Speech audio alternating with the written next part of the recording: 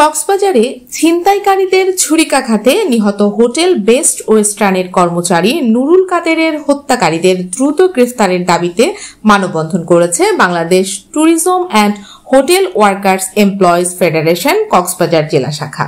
পরে সংগঠনের পক্ষ থেকে কক্সবাজার জেলা প্রশাসক বরাবর স্মারকলিপি প্রদান করা হয়েছে। মানববন্ধনে বক্তারা হোটেল কর্মচারী নুরুল কাদের এর হত্যাকারীদের দ্রুত আইনের আওতায় আনার দাবি জানান। একটা সন্তান হারিয়েছে, একটা হোটেল তার স্টাফকে হারিয়েছে। সে হোটেলের জন্য কতটা সম্পদ ছিল সে ওই হোটেল কর্তৃপক্ষই শুধু জানে। এই মানববন্ধনে আমরা আমাদের সবার প্রশাসনের কাছে একটাই প্রশ্ন এবং একটাই দাবি, সব ধরনের খুন। আমরা সবাই প্রশাসনের কাছে একটাই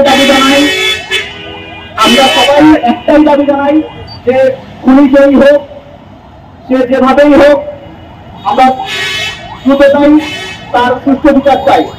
আমরা দ্রুত তার সুস্থ বিচার কামনা করছি। তাকে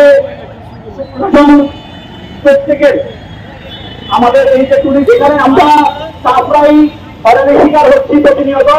টুরিস্টরা কতটা নিরাপদ, কতটুকু আমরা কিভাবে এই ধরনের শিকার আমরা হয়েছি। আমরা সবাই, আমাদের সবার একটাই দাবি, হোটেলের দাবি, সমাজের দাবি, এই লোকাল জনগণের দাবি কবে বন্ধ হবে। এবং এটা একটাই দাবি আমাদের, আমরা এই ছিনতাইকারী চাই না আমাদের এই শহরে, এই ট্যুরিজমের শহরে আমরা ছিনতাইকারী চাই না, আমরা ছিনতাইকারী চাই না, এটাই আমাদের দাবি। ধন্যবাদ সবাইকে।